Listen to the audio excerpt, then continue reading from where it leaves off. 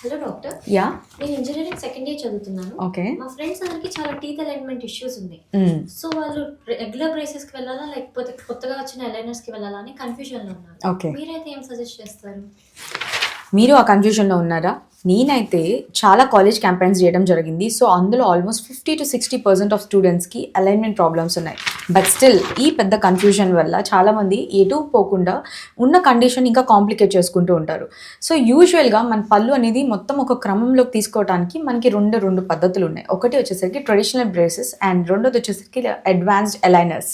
So traditional braces అనేది యూజువల్గా మనం మోడరేట్ టు కాంప్లెక్స్ కేసెస్లో యూజ్ చేస్తూ జరుగుతుంది. సో మీరు చూసినట్లయితే కనుక ఒకటి మెటల్ అండ్ ఇంకొకటి సెరామిక్ బ్రేసెస్ అనేవి మనకి ట్రెడిషనల్లో అవైలబుల్ ఉంటాయి. ఈ రెండు కూడా మనకి టీత్కి ఫిక్స్డ్గా అటాచ్ చేయడం జరుగుతుంది.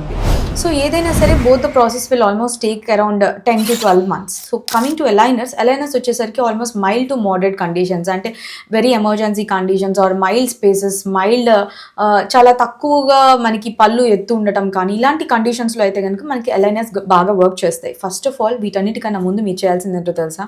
డెంటిస్ట్ని విజిట్ చేయడం. డెంటిస్ట్ని విజిట్ చేసినాక both clinical and radiographic diagnosis base చేసుకొని మీకు ఏదైతే బెస్టో మనమే సజెస్ట్ చేయడం జరుగుతుంది. సో ఇలాంటి మరిన్ని ఓరల్ హెల్త్ టిప్స్ కోసం డూ ఫాలో డాక్టర్ ఐషూస్ పేజ్.